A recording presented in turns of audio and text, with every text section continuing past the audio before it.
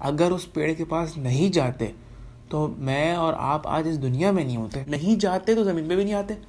السلام علیکم ورحمۃ اللہ وبرکاتہ. اعوذ باللہ من الشیطان الرجیم. بسم اللہ الرحمن الرحیم. رب اشرح لی صدری ویسر لی امری واحلل عقدۃ من لسانی یفقہوا قولی. آج جو ٹاپک بتانا ہے نا یہ ہماری زندگی سے ریلیٹڈ ہے، لیکن اس کو میں تھوڑا سا پہلے آپ کو قرآن کے حساب سے سمجھاؤں گا. وہ کیا ہے کہ اللہ تعالیٰ نے سورہ بقرہ کی آیت نمبر 34 میں کیا فرمایا تھا کہ آدم سے کہا، سارے فرشتوں سے کہا تھا کہ آدم کو کرو سجدہ، سوائے ابلیس نے نہیں کیا تھا. آج اسی کی اگلی آیت نمبر 35 اور 36 میں اللہ نے کیا فرمایا؟ وَقُلْنَا يَا آدَمُ اسْكُنْ أَنْتَ وَزَوْجُكَ الْجَنَّةَ وَكُلَا مِنْهَا رَغَدًا حَيْثُ شِئْتُمَا وَلَا تَقْرَبَا هَٰذِهِ الشَّجَرَةَ فَتَكُونَا مِنَ الظَّالِمِينَ. کہ اللہ نے آدم سے کہا، غور سنیے گا، کہ اللہ نے آدم سے کہا کہ تم اور تمہاری بیوی جنت میں، آیت کا مفہوم بتا رہا ہوں، تم اور تمہاری بیوی جنت میں رہو، جہاں سے چاہیے کھاؤ پیو، مگر اس درخت کے پاس مت جانا ورنہ ظالموں میں سو جاؤ گے. اب یہاں پہ ایک چیز سمجھنے والی ہے کہ یہاں پہ اللہ تعالیٰ نے ان کو منع کیوں فرمایا؟ پہلے تو صحیح ہے، اب منع فرمایا تو پھر اگلی آیت میں کیا ہوا جب منع کیا؟ فَأَزَلَّهُمَا الشَّيْطَانُ عَنْهَا فَأَخْرَجَهُمَا مِمَّا كَانَا فِيهِ وَقُلْنَا اهْبِطُوا بَعْضُكُمْ لِبَعْضٍ عَدُوٌّ لَكُمْ فِي الْأَرْضِ مُسْتَقَرٌّ وَمَتَاعٌ إِلَىٰ حِينٍ. آیت کا مفہوم ہے، تو شیطان نے ان کو بہکایا اور وہاں سے نکال دیا. کیوں نکالا تھا؟ کیونکہ انہوں نے وہ پیڑ کے بعد چلے گئے تھے. تو اللہ نے کہا ہم نے کہہ دیا کہ تم ادھر جاؤ اور زمین میں ایک مقررہ وقت پر اس سے فائدہ اٹھاؤ. وَلَكُمْ فِي الْأَرْضِ مُسْتَقَرٌّ وَمَتَاعٌ إِلَىٰ حِينٍ، کہ زمین میں ایک مقررہ وقت پر زمین کی چیزوں سے فائدہ اٹھاؤ. یعنی کہ میں نے آپ کو جو بتایا آیت کا مفہوم بتایا، ترجمہ نہیں بتایا، یعنی کہ اس میں کیا بیان کیا گیا. اب ہمیں یہ سمجھنا ہے کہ اگر آدم علیہ السلام اس پیڑ کے پاس، وہ جو پیڑ ہے وہ نہیں جاتے، اس پیڑ کے پاس نہیں جاتے، اللہ کا حکم مانتے، تو کیا ہوتا؟ اس پیڑ کے پاس نہیں جاتے.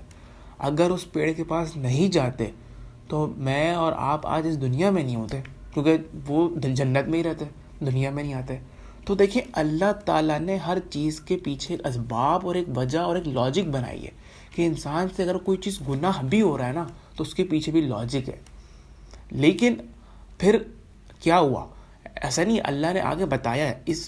اس واقعے کے اندر اللہ نے کیا بتایا؟ سورہ اعراف کی آیت نمبر 23 کے اندر اللہ تعالیٰ نے دعا کا ذکر کیا کہ آدم علیہ السلام نے دعا کیا مانگی؟ ربنا ظلمنا انفسنا وان لم تغفر لنا وترحمنا لنکونن من الخاسرین. آیت کا مفہوم ہے کہ ان دونوں نے دعا مانگی کہ اللہ اگر تو نے ہمیں معاف نہیں کیا، ہم پہ رحم نہیں کیا، تو ہم جو ہے بہت نقصان والے میں سو جائیں گے. تو یہ دعا بتائی کہ دیکھو کہ انسان گناہ کرے گا، انسان سے گناہ ہوں گی، انسان سے غلطیاں ہوں گی، لیکن کیا کرنا ہے؟ اس کے بعد دعا مانگنی ہے مجھ سے توبہ کرنی ہے. نہ کہ اس پہ غرور، تکبر، اور نہ کہ اس پہ اپنے آپ کو وہ شو نہیں کرنا. اس کو ندامت ہونی چاہیے انسان کو، جیسے آدم علیہ السلام کو ندامت تھی. آج اس چیز سے، 3 آیاتوں سے ہمیں 2 چیزیں پتہ چلتی ہے کہ انسان کی زندگی میں انسان سے گناہ ہوں گے، مسلمان سے، اور شیطان بہکائے گا اور شیطان آپ سے گناہ کروائے گا.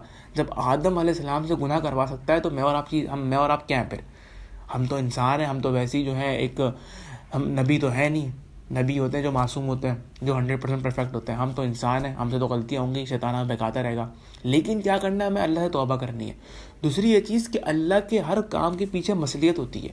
اب اللہ نے منع کیا تھا کہ نہیں جانا، اب اگر وہ چلے گئے تو کیا ہوا؟ زمین پہ آئے. نہیں جاتے تو زمین پہ بھی نہیں آتے.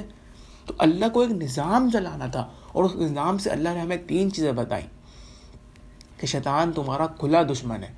اس آیت میں بتایا کہ شیطان تمہارا کھلا دشمن ہے، شیطان تمہارا دشمن ہے. دوسری چیز یہ پتہ چلی کہ شیطان ہمیں بہکائے گا، ہم سے گناہ کروائے گا، ہم سے غلطیاں ہوں گی. تیسری چیز یہ پتہ چلی کہ انسان سے جب گناہ ہو جائے تو اس کو کیا کرنا چاہیے؟ اس کو معافی مانگنی چاہیے. اور اسی طرح ہماری لائف میں بھی یہی ہوتا ہے، ہم گناہ ہوتے ہیں ہم سے، تو ہمیں کیا کرنا چاہیے؟ ہمیں توبہ کرنی چاہیے. اسی طرح ہم پہ کوئی پریشانی آتی ہے، کوئی مصیبت آتی ہے، اس کے پیچھے بھی کوئی لاجک ہوتی ہے، کوئی وجہ ہوتی ہے، کوئی اللہ کی حکمت ہوتی ہے جو ہمیں نہیں پتہ ہوتی. تو اس آیت کو اگر ہم دل سے سمجھ کے پڑھیں اور سنیں اور عمل کریں اور سمجھ لیں آیت کو، تو ہماری زندگی میں جتنے ہی پرابلم، جتنی پریشانی ہے، وہ پھر پریشانی نہیں لگیں گی. پھر ہمیں لگے گا کہ اللہ کی طرف سے کوئی مصلحت ہے.